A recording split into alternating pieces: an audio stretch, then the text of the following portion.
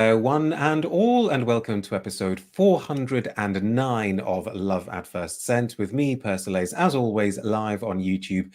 And you will have worked out, if you've tuned into this episode, that we have got another interview for you in store. Right, my guest today probably knows everything that there is to know about flowers. In the mid-90s, Saskia Havekes opened a flower shop in her native Australia. That shop was and is called Grandiflora. And in 2013, so actually 10 years ago, in fact, she launched her own perfume brand, also called Grandiflora, with one scent made by Michel Rudnitska, who just happens to be the son of one of the greatest perfumers of all time, and another scent made by Sandrine Videault, who was considered to be an exceptionally talented creator, but who was taken away from us very, very sadly when she was still quite young by an illness. Since then, 4 more scents have been released, including most recently the first one that she has named after herself. We've got it here, Saskia, composed by Christophe Laudamiel. Now, how and why she made the jump from working with flowers to working with perfumes, and what it's been like dealing with some of the most acclaimed perfumers in the world, is something that I'm sure we will talk about today. So please welcome to our virtual studio, all the way from Melbourne, Saskia Havekes. Saskia, thank you so much for joining us today. How are you doing? I'm very well. Thank you so much, Dej, for having us, our beautiful brand, on to Persolaise today. We're very honoured to be included. And normally I'd be in Sydney in my beautiful flower shop, but I've been called down to do an event in Melbourne for a couple of days. So you'll have to hold up the end with the flowers that you have in your beautiful space there. I've tried, and I think all this means is that we will have to do another one fairly soon, so that you can show off the interior of that flower shop. But as I was just saying to you in the pre-chat, thank you very much for taking the time anyway.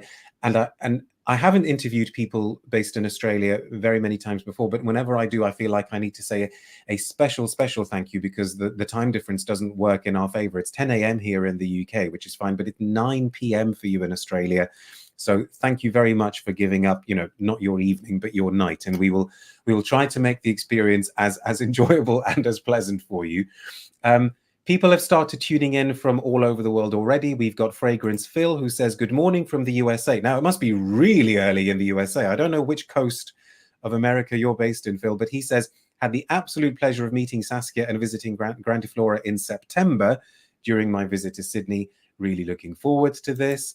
We've got people watching from Manchester, people watching in Southern California, somebody in Ireland. We've got Sandra watching in Paris, who says that actually she should be doing some work, but she has to prioritize the Persolaise live stream. I like the sound of that. Now, we'll talk about the brand, and we'll find out as much as possible about your creation, Saskia. But seeing as you've mentioned traveling and the fact that you're not at home at the moment, I'm really curious. If you spend lots of time in hotel rooms and places that aren't home, do you always take something with you that maybe is smell related or flower related to make you feel at home? Oh, well, a lot of the time I have so many scented flowers around me. Even today, when I was working on site, there's so many fragrant flowers, even in the garden where I'm working, and also with the blooms that we're putting together for the event. But I'll often like to carry a little gardenia with me, or a little scented flower that I can find from the market, and just either, tuck it in my bag or my pocket. And I find it very relaxing, actually, very soothing to be able to, smell the natural world wherever I am. It's very grounding. So yes, I am quite renowned for having the odd flower, in my hair or in my pocket or somewhere trailing around with me, even when I'm not, physically with a big lot of flowers from the market. I could almost feel around the world people watching, everybody kind of thinking that you've just shot up in their estimation when you said gardenia. I could just sort of hear this collective swoon as soon as you. Maybe we'll get to talking about. Go on. They're flowering here at the moment, actually, gardenias. They've just started flowering for our summer. And I remember when I very first started working with flowers in a professional way, I've always had a real passion for flowers from when I can remember as a child. And we grew up with a beautiful garden, which really inspired me a lot in my youth. But when I first started going to the flower market, it must have been summer for the person I first started working with. And I used to always have, the gardenias up on the dashboard of the car. So whenever I get that infusion of that smell, I remember my early days, but nearly 30 years ago now, when I began working in my career with flowers. So which is evocative. Saskia, just as the most perfect segue to my next question, and we genuinely hadn't planned that. For the people watching live, I know that a lot of you will have lots of questions for Saskia. So if you would like to post them into the live chat now, you could do so, and I'll try and keep an eye on the live chat and mark any questions as they come. But if you'd like to wait until I kind of give you the green light to say go with your questions, you can do that as well. And if you do ask a question, it's always really, really nice for us to know where it is that you're watching from. But while people are having a think about that, take us back then, Saskia, because I said in my introduction that you started by opening a florist. And on the one hand, it may seem kind of obvious to go from flowers to perfumes, because obviously flowers and perfumes are very much related. And a lot of your creation, all of your creations actually have got a very, very specifically floral inflection, a floral focus. But, it's not everybody that owns a flower shop that starts a perfume brand. So take us through that journey. How and why did it happen? Well, when I opened our little flower shop in Potts Point in Sydney, it's in a really lovely little area right near the heart of the city, but it feels like a little village actually. And there's a lot of magnolia trees that flower in that area, and they were always my favourite flower. So in October, when they first started flowering, we opened the doors of the shop. So I was feeling very much like that was a sign that was sort of the beginning of our brand identity, associated very much with that flower. And I just think it's the most beautiful flower. For me, there's no other flower that surpasses the Magnolia Grandiflora. And it's got every quality. It's everything I just adore about that flower. Probably the second runner up to that might be a lotus flower, but will never surpass, even after all these years, the Magnolia Grandiflora. So the scent of that flower, and I'm sure most people know it's a very transient flower, so it only lasts for really a day. You might get 2 days out of it if you look after them really well when they've started flowering. But the scent of it is, it changes. So when it first starts to open, it's very citrusy and dewy and wet. And then it sort of opens up to this full, incredible floral. And I did have at the time, Michael Edwards was, a client of mine and would come into the shop. And I talked to him about just trying to bottle this bloom. How could I put this in a bottle? Because it's just my favorite flower. So I wanted it to I'm last going to interrupt longer. long enough to say, did you know of his significance in the perfume industry when he was a client? I did know. Okay. I knew of him as a fragrance historian. I'd actually started doing a little bit of work with him, with his books, with his Fragrance of the World directive. And so you just happened to have Michael as a client. So go on. You were talking to him. Well, I thought this is very serendipitous, a wonderful opportunity that seemed to just come my way. I didn't really seek it out. I just thought this is, to put two and two together, and it was a bit of a, an obvious thing to try and strike up an idea of creating a fragrance. But I didn't really know much about the technicality at the time. And he immediately put me together with Sandrine Videault. So at that time, Sandrine was living overseas in New Caledonia from France.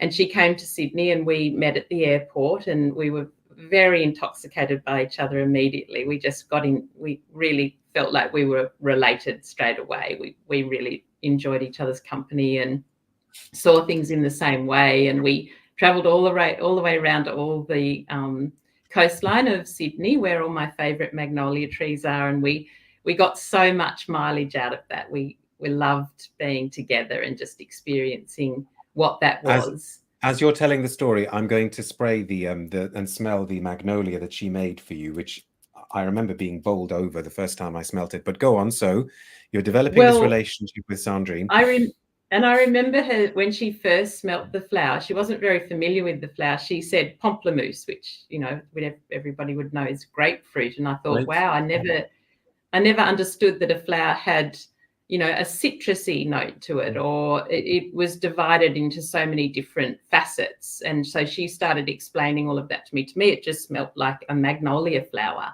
You know, I know what all those flowers smell like, but I hadn't ever really dissected a flower into all these different prisms and notes.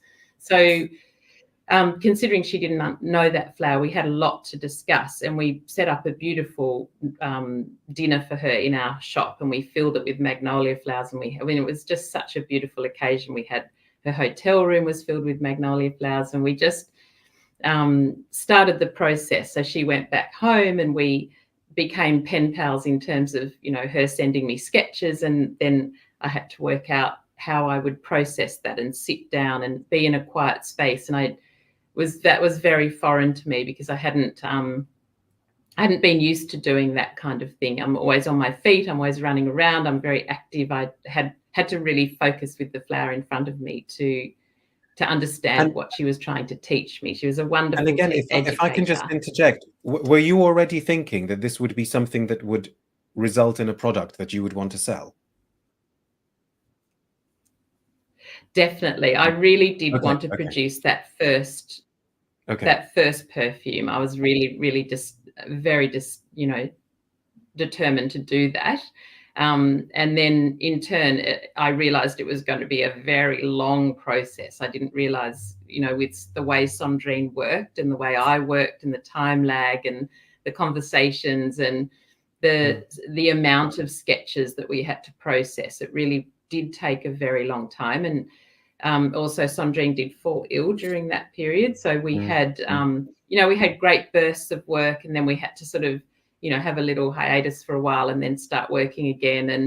And her, you know, what she produced, she was so fanatic about everything being really perfect. I did anticipate to work with her on a continuous basis. So I was, you know, I was very concerned about how the future was going to pan out, whether I mean, she wanted to produce more fragrances together with us, but we didn't know whether, you know, how her health would be and whether it would deteriorate. So we just this was a project that really kept her going. She was just on to us all the time with, you know, with Skype and with phone calls and with all these different ideas and sketches. She was quite erratic to work with, but I really enjoyed that about her. And very specific about small details of the nuances of the difference in each sketch.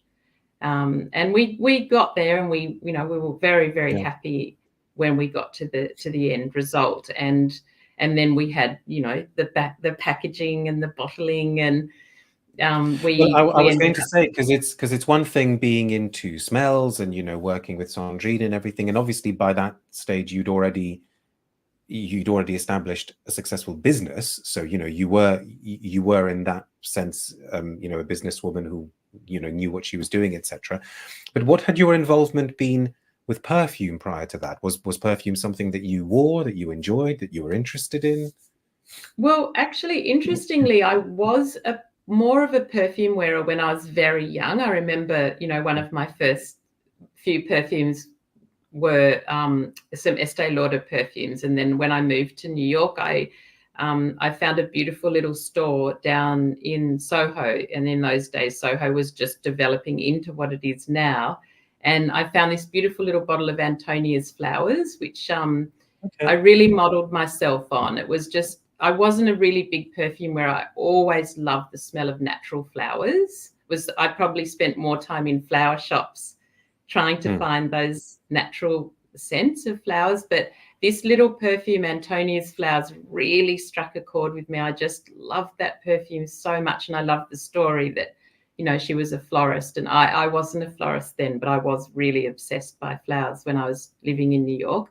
And I just thought the bottle was beautiful. The story was beautiful. It was from the Hamptons. It just had everything that I aspired to in those days. So that was a perfume that I truly fell in love with.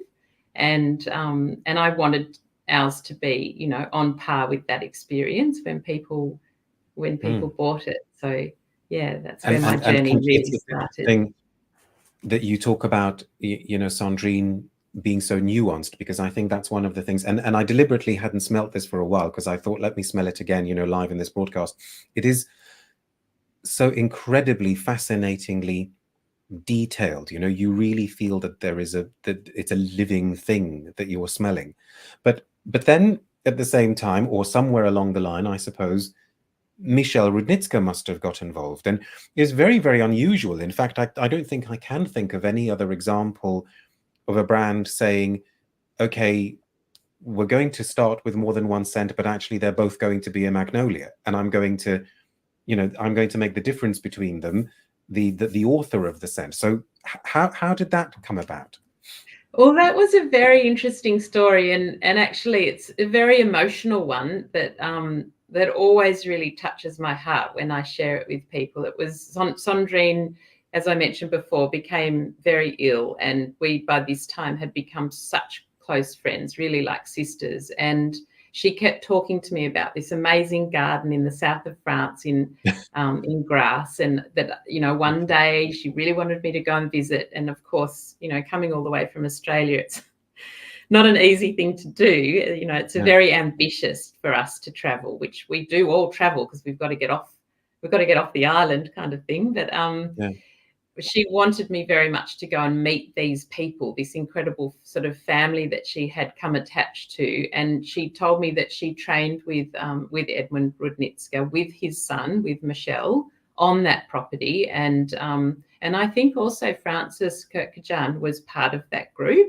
So they sort of she had a link with him as well. And this is quite a while ago. And I thought, wow, this is it just sounded so phenomenal, like a sort of fantasy land. I had all these images of this incredible scented garden, and I heard how, Christian Dior had knelt at the patch of lily of the valley where Edmund Rudnitska had created the Diorissimo from this patch of lily of the valley as an inspiration. And of course, for me, in my flower head, I was just thought, this is magic. Like, I cannot think of anything. Please tell me you went. Did you go?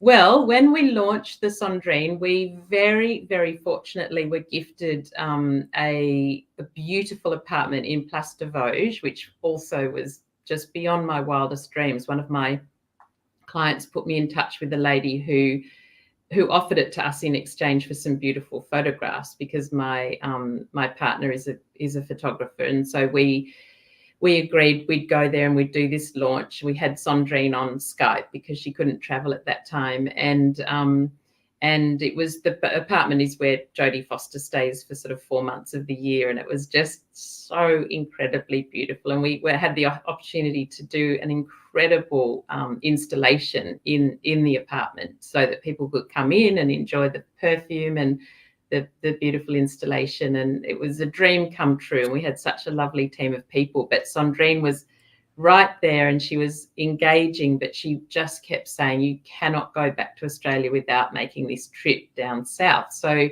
the girls that I was working with, who were from the shop, and one of them was living in London, and we got together and we jumped on a plane, and we just thought it was so crazy, but we promised her, because she really wanted us to do that she paved the way, which was very generous of her. And we got there and we were so tired, and we met these people who picked us up from the airport, from the property, were just so engaged and excited to meet us. And they took us to roll around in the centifolia petals that they grow for the beautiful rose oil. And oh, wow, it was amazing. And we got to the garden and we met Michelle Rudnitska, and he toured us around the garden. So at that point, we just thought, wow, this is such an incredible opportunity. And there was a beautiful magnolia tree that you could see outside of Edmund Rudnitska's studio where he used to work. And of course, I wanted to know all about that. And Michelle said to me, well, actually, I did create a magnolia perfume 20 years ago. Would you like to sample it? And I did, there in the office, in the studio, and while we were, looking at this beautiful tree. And I just was so taken aback that it was very different to what Sandrine and I had been discussing, and that to me, it was very much the second part of the flowering of the magnolia, when it's fading and it's very fully blown and it's very ripe. And so we kind of enjoyed it and talked about the difference, and it got shelved. And we came back to Australia, and people that picked us up from the airport were coming to Australia to visit. So we said, of course, we'd love to host you when you come. And they'd just been married, and this was part of their honeymoon. So in the time that I had left that property and got back to Australia, and a few months had passed, Sandrine actually passed away, and these people came to visit, and they bought this tiny little vial of perfume, and we took them to the country, and they gave me this vial on my way down to the property and said, this is a gift from Michel, and he would like to give you the rights for the perfume to bottle it and put it out into the world. And it's in honor of Sandrine, because they were connected during their time of, studying under Edwin Rudnitska. So this gave us the opportunity to keep going, because we really had hit a wall. We thought, this is the end. We've done the one perfume now, Sandrine. It was so devastating. It really was, a very, very hard time for us, because we had lost our thread. We'd sort of lost our whole footing and all of our plans. So it wasn't anything that was prompted or expected, or it was purely, totally and utterly a gift from the heart, which was such a touching experience for me. And we decided that we would put them together as a little story of two. So one was the beginning of sort of Sandrine's life and our journey together, and then this beautiful Michel Rudnitska perfume, which was the second phase of the flower, when it starts to fade and pass away. Yeah.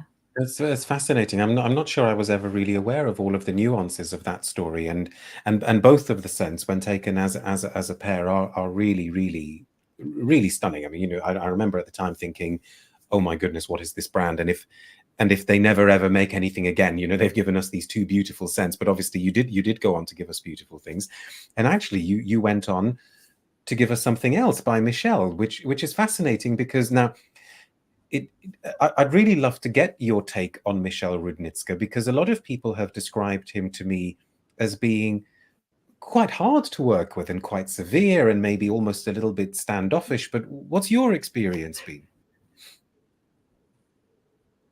Oh, well, I've visited the property a few times now, and that occasion with him creating our Madagascar jasmine, which is actually when I first met you, because we were launching in Fenwick in London, when we made those amazing ice sculptures with all the Madagascar jasmine twined in amongst. You had I think you had lots of jasmine in blocks of ice, didn't you? I seem to remember. We did, yes, we did. We had them all around where we were sitting, I remember, and they were just slowly melting with the Madagascar jasmine, the Stephanotis coming through as we were having our chat. But I was quite cheeky in my approach. I felt like I did have such a connection with him when I met him. He's very into transcendental meditation. He's not solely a perfumer. He travels the world doing these incredible workshops, and he loves to have, to give an olfactive experience in terms of his video and film work. And he has been to Australia a few times to document the outback, and he felt very, connected to that. So we had that in common, which was wonderful. We just immediately, it wasn't even about words. It was more about just a feeling for each other, and this incredible scented garden. And then his video work, which he shared with us while he gave us an olfactive experience. And we were there kind of on the bean bags, and it was very esoteric and very, it reminded me of, my time with my parents in the 70s. And it was a bit of a kind of flashback experience. And I just thought it was so wonderful that he was such a diverse character in this beautiful environment. The place is just so special to know its history, and it's perfume royalty. So I felt very respectful, and just couldn't, I felt very, very fortunate to meet this amazing man. And but in terms of, because the first one, the Magnolia, was a very particular instance. He'd already made this scent and then he gifted it to you. With the second one, I'm guessing, I don't know, did you kind of go to him as a client? And so there... You know what I did, which was pretty cheeky? I actually sent him a Madagascar jasmine plant. I found one in grass, remotely from Australia, and it was, I made sure it was flowering, and my friends that I'd made who'd come to Australia who worked in the laboratory, in the studio laboratory there, they helped me do all of this, and we delivered it to the studio door. And I wrote a little, I asked them to write a little note to say, would he be interested to create a Stephanotis, a Madagascan jasmine fragrance from experiencing this plant. And he said yes. I think he just thought I was so, it was pretty left of center for me to just be so presumptuous that I could try that. But I also thought, I don't mind if, it's fine if he says no as well. I understand that. It's not like it was probably one of his last fragrances. It wasn't like he was looking for the work or it was an act of generosity on his behalf. And he really, he nailed that in, I think it was 3 sketches. It was like so there were some sketches, were there? There was a little bit of a back and forth. Was that right? Okay. Definitely. But for me, it was, with Sandrine, it wasn't like that at all. There were so many sketches and so many conversations. But with Michelle Rudnitska, it was, the contrast was just so extraordinary, because for me, it was literally a carbon copy. It was such a solifleur. It was so perfect. I know that flower because I work with it all the time. When it is in season, we use it a lot for our bridal work. We use it at events. It's a very tricky flower. It's not, as a cut flower, it can be very, very like the magnolia. It's very transient. So I know it very well. And I was like so taken aback. I thought, my goodness, what a genius. He's just nailed it so quickly. And we didn't have to do any more work. It was that, with the couple of backwards and forwards and the notes on what we discussed. And then it was done. It was just perfect. And it actually is we can never make enough of that particular perfume. It's very popular. Okay. Yeah, the Madagascan jasmine. We sell a lot of it in Australia and also in the States.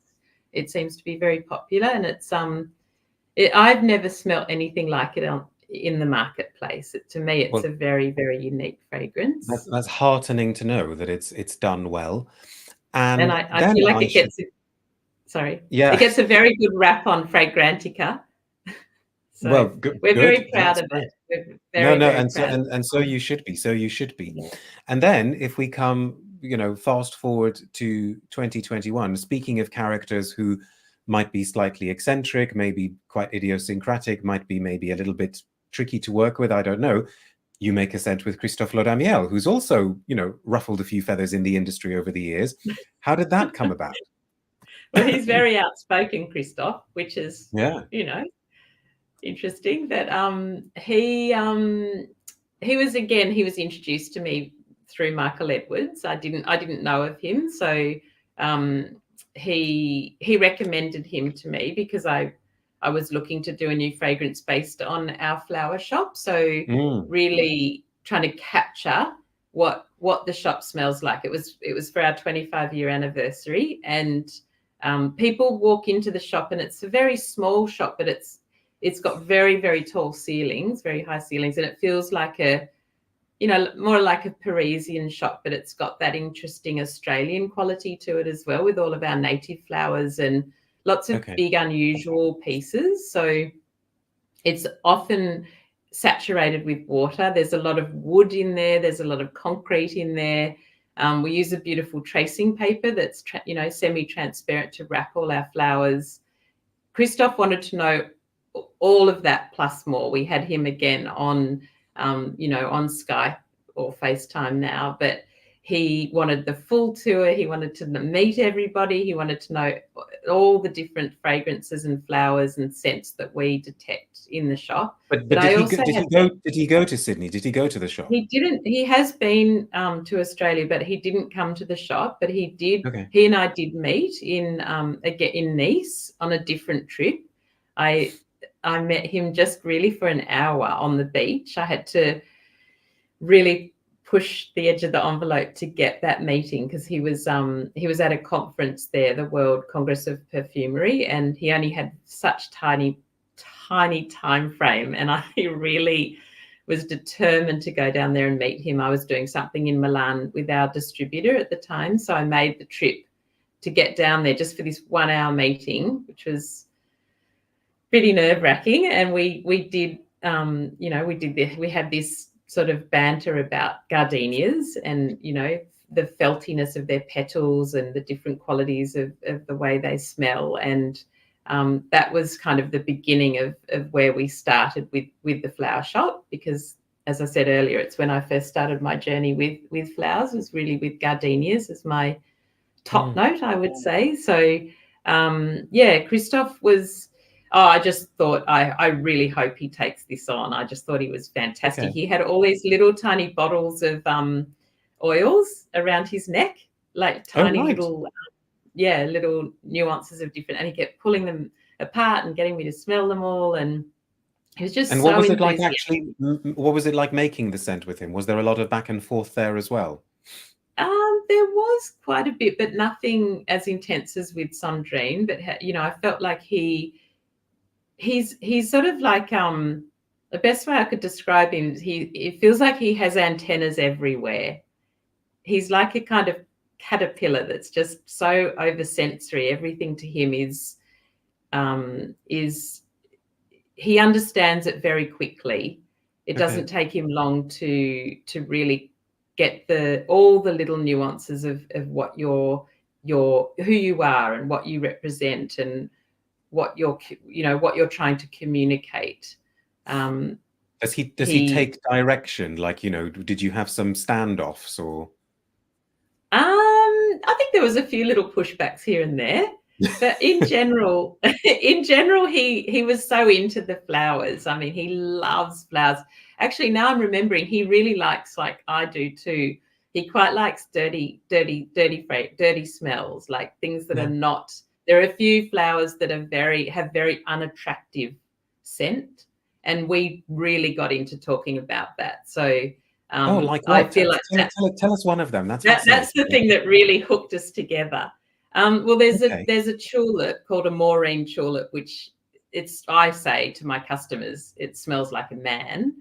And Christophe would say, well, it smells like sperm, which it does. It's okay, really, so that kind of it absolutely smells like that. Yeah. So once we got that happening, it kind of extended out from there. Other flowers as well that have, fecal smells, and they're very, they're not very attractive. I mean, some of them are there to attract beetles or animal, insects that are not the average kind of bee. So wouldn't we you got agree into that. That was our hook. It's those sorts of smells that actually provide that contrast that you need with the more attractive. It's like if everything just sort of smelt dewy and sweet and honey-like, then I think sometimes it comes across as just too flat. You need that dirt in there, don't you, almost to ground it.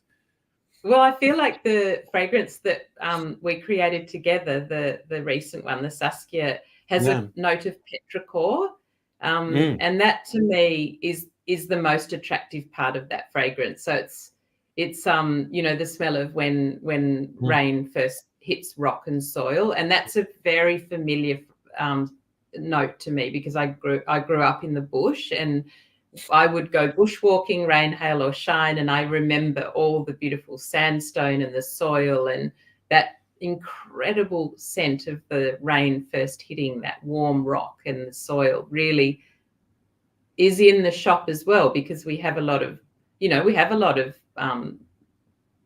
water in there and concrete and wood, and you do get that feeling and that scent of that petrichor. So we discussed that at length, and I feel like he really got that. He wanted to nail that. That was exciting for him.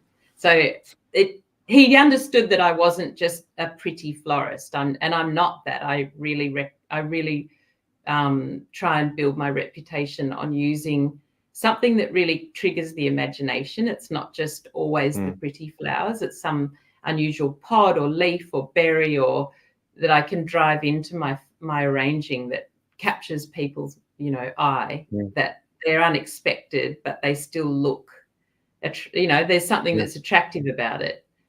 Yeah. I think what struck me most when I first smelt this one, and I remember talking about it on this channel a few weeks ago, is that it really gave me a sense of entering a space, which is quite extraordinary, I think, with a perfume. When it creates a sort of three-dimensionality, you almost feel like you're delving into something. But I should say, as we are now over the half-hour mark, I should just remind everybody that you're watching Love at First Scent here live on YouTube with me, Persolaise, and we're very, very lucky to have in our virtual studio today, all the way from Melbourne, Saskia Havekes, the founder and creative director of Grandiflora Fragrance, the perfume brand that has now given us 6 very, very distinctive, very, very interesting perfumes that are all well worth trying. Now, the audience for these videos, Saskia, is international, but because I'm based in the UK, I tend to sort of see things from a UK head. Who are your UK stockists now? We have Bloom in the Okay, UK. Bloom Perfumery, Covent Garden, right? Yes, yes. Perfect. We're looking for some more, another one. If there's anybody would like to stock us over there. Now, well, it isn't easy finding to spread our shops. wings. What's the latest country that you've gone into? We are in Hungary. Oh, fantastic! With 7 Budapest, cents. I guess, or 7 cents. Okay, wonderful. Yeah. If you would like to put any questions to Saskia, please feel free to leave them in the chat now. There are a few that have been coming through already. Actually, well, let's take this one, because I wonder what you'll make of this question. This is from JPirate31, who says, is Daphne a floral that Saskia has ever considered for a fragrance? I absolutely love Daphne odora, but I never see it in perfumery. Yes, I have chatted a lot about Daphne. I love the white, pure white Daphne. It's very citrus, very lemony. But this year we had Daphne that I've never seen before. It came from a region in Sydney, which is really where I'm based, from the Blue Mountains, and they came on these incredible huge branches with lots of little flowers all down the trunk. I've never actually seen them grow like that before. They're a bit triffidy, but I would love to do a Daphne. It is on our list. I'm just sort of waiting for the right. I'm interested to do a shared fragrance as our next perfume. So something that could be a little bit more masculine as well. Okay. Okay. And our Baronia is a little bit that, but I do absolutely adore Daphne. I know about Daphne. There's a very famous landscape designer down here in Melbourne called Paul Bangay, and he's a dear friend of mine, and he has a beautiful property. But he always says to me that really good gardeners always plant, if they can, a Daphne tree near the front door, because they're not the most attractive flower, but when they bloom, they make that entry really scented. So it's a lovely flower to plant near the entry of a house, near the front door. They're a very, very temperamental plant, very tricky. Okay. So you just need to move them one millimeter and they pass out. But yes, if you're saying they're temperamental, that means they'd probably die within about 5 minutes if I tried to do anything. Well, if they're happy, leave them there. Don't move them. Okay. I don't really like to be. I noticed you said we are trying to maybe do something, but who is the we in the perfume setup? You know, do you have a perfumer that you're always working with, or? No, well, we've worked with I've worked with. I say we because I have a couple of partners in my business. Okay. So it's a bit of a collective. But I'm the director of the company, but I see us as a as a group, as a team. But at the moment I probably have. I wouldn't mind to do one more with Christophe. I really enjoyed working with him.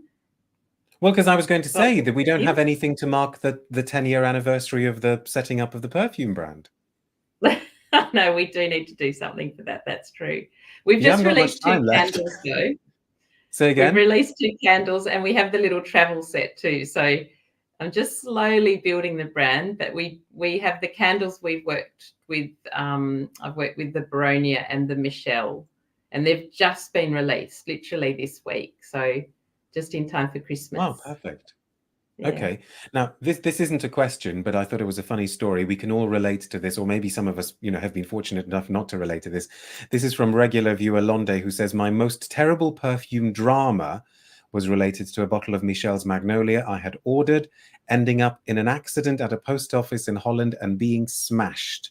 And it was also the last bottle that shop had. That's terrible. Oh dear. I hope you're able to replace it at some point later on. Now, Saskia, you've had the flower shop, since the 90s. It's been quite a while. You've had the perfume brand for 10 years. If you had known what you now know about the perfume industry, what would you have done differently 10 years ago, if anything? If anything? Oh dear, there's a lot in that laugh. Go on, tell us. Oh gosh. Well, look, all I can say, it's a bit like having children. It's such an unknown. You have no idea what no matter how many people tell you what it's going to be like, you never really know until you venture forward, because there are so many things that are variable. The packaging, the distance, and we have all of our manufacturers in Paris. So we have a lot of problems in Australia with perfume being classified as a dangerous good. So we actually bring our perfume back to ourselves from Paris. But shipping is really tricky. We're kind of well renowned for that here. It's unfortunate. We need more, more people venturing into trying to make that an easier pathway. I guess, it's such an incredible world and a wonderful place to... Well, because your packaging changed quite dramatically, didn't it? I can't remember exactly when it changed, but the boxes were much, much bigger than this. They were quite grand presentation pieces. So what prompted the decision to do that? Was it just all too fussy and too complicated?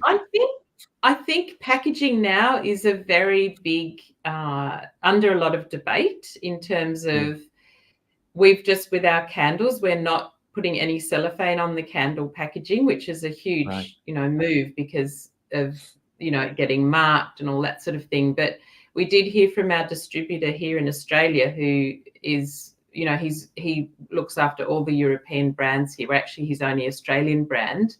He looks after all the top, Santa Maria Novella, Creed, all of the top people. And he said that it's very frowned upon now in Europe to use cellophane. So with our original packaging, it was so luxe and gorgeous. I absolutely was very proud of it. It certainly was a showstopper in the beginning. People were really arrested by it.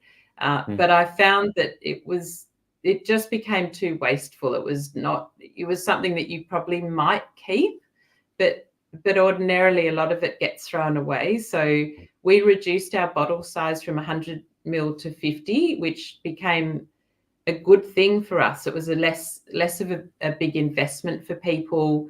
It's easier to carry around. It's just it did change the look of the brand a lot, which was sort of tricky. But I felt in the long run, it had a freshness about it that was more appetizing. And it also is easier on the shelf to have the range looking really like quite consistent and premium. The boxes were so big before. They took up a lot of shelf space. And they became just very clunky. I feel like it's more erudite the way it is now. And we put our lovely signature handwriting on there, and it feels a lot more who we are. It's always very, very interesting when a brand makes a decision. I feel that you can go one of two ways with bottles, and some bottles you can see how much perfume is left in them, and some you can't. And I find it interesting what the thinking behind that, because clearly you've gone for one where it's not that easy to see how much you have left.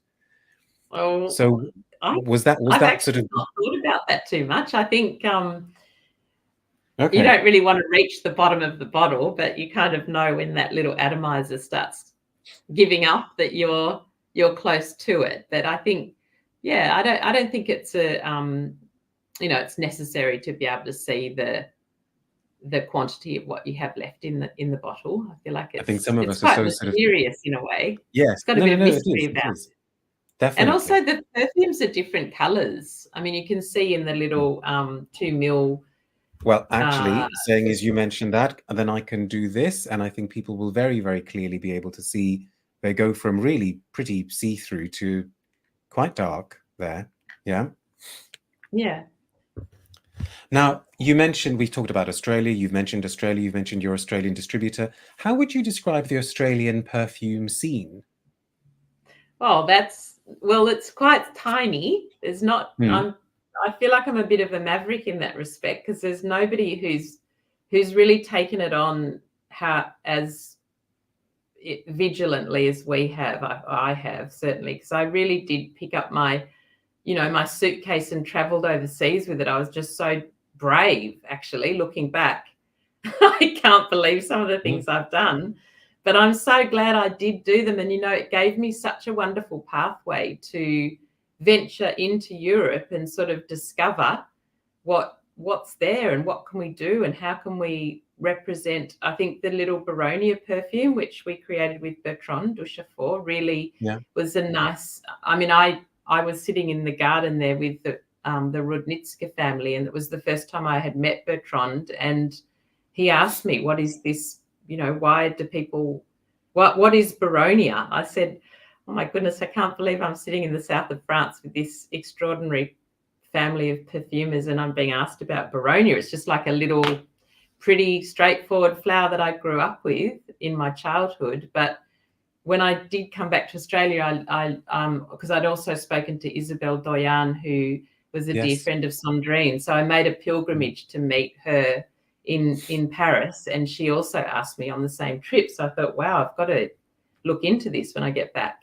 And I found it down in Tasmania, and it's a beautiful oil. And I just thought, I'm going to ask Bertrand if he'll look into joining me in making a fragrance with this. And it's originally from Western Australia. It's about the size of lily of the valley. It's kind of a very ordinary looking flower, but when they're just very expensive, because it's a huge process, you need so many flowers to distill such a tiny amount of oil. But yeah, But I mean, I know that you can't generalize, but if we had to generalize, what kinds of perfumes tend to be popular in Australia? I mean, we've got the cliches about, people sort of say, oh, in the Far East, people tend to like clean scents and et cetera, et cetera. Is there a kind of cliche generalization that can be made about Australia?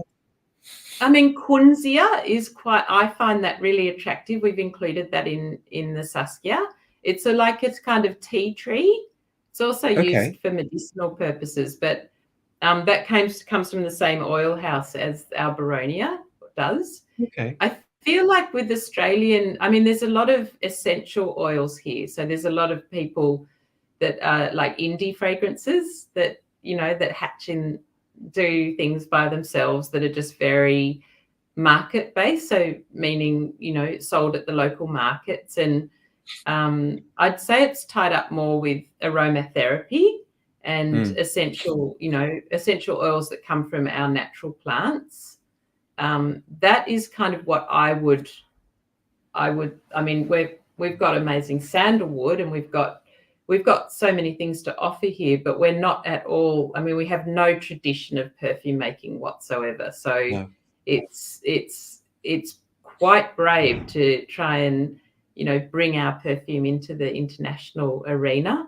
And I feel like I've really just put myself out there and jumped on a plane and gone to a couple of the exhibitions, and I was invited to one in the very early days to come and, speak a tribute for Sandrine in Milan. And I honestly had no idea what I was getting myself in for. And it was so overwhelming, but I was given like a little corner in the auditorium to put my flower display and a little bottle of perfume. And it just met so many people, and it opened my whole world up. I just was absolutely blew my mind. Is it getting harder or easier to kind of hold your own in an industry that, seems to be getting dominated more and more and more by the big players? We went through that phase a few years ago where a lot of the players kind of hoovered up and bought up some of the smaller independent brands. Is it getting harder to stay independent, or not really? Well, we just feel like we want to diversify it too. We'd love to. We have one brand I think that's become very international for us is Aesop.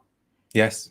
Yeah. And I mean, we're very proud of them. They're really like a benchmark here for us, and they do such beautiful products, and their perfumes they are really lovely. So. And they've just been everybody bought up, am I right, by L'Oreal, I think? Have they gone to L'Oreal or I think somebody? so, yes, I believe so. And we have Mecca here. You know, Mecca is our big cosmetic kind of, well, it's actually quite niche, but they have incredible perfumes that we can source from all over the place. And we now have our distributor too, Nick Smart, who's bringing a lot of those beautiful international fragrances to Australia. But yeah, we're not, you know, there's not many, there's really not very many people that are, there's maybe 4 or 5 brands here in Australia that are sort of niche, but I mean, Naomi Goodsall, she was from Melbourne, I think. She was a milliner. She's done really well in France. And she's now based herself in France as well, hasn't she? And yes, also a very, very interesting line. Yeah, she'd probably be our, you know, our biggest export for niche perfumery, I would say. Okay. Yeah. Now, Saskia, I cannot believe how quickly the time has gone. So I just need to thank you very, very much for giving up your time. It's now nearly 10 p.m. where you are. So thank you so much. Thank you to everybody for watching. But I have to end by asking, are you going to give us any kind of a teaser or anything as to what might be next? You know, it's been 2 years since your last perfume. When could we expect another one? Well, I am putting my tentacles out. As I said, we really would like to do a shared fragrance. So something that is a little bit more masculine based. We do get a lot of requests for that, actually, with people coming in and out of the shop and all over the place. So yeah, I've certainly got something in mind. It's at the moment it's based on actually it's a carnivorous plant. And it's actually a leaf modification. So it's a very bizarre looking wow piece. Okay. Well, please make sure we're amongst the first to find out. At the moment. Yeah, that's amazing. Thank you. Well, I've really enjoyed my conversation, and thank you so much for having me on board. It's a great honor. Not and at lovely all. to reconnect with you after all these years. Yes, after so long. It's very, very good of you to give up the time. Thank you very much, everybody, for watching. Thank you very much, Saskia, for your time. And to all of you out there, stay tuned to social media for details of more videos coming your way soon. But until then, take care and be good. Bye now.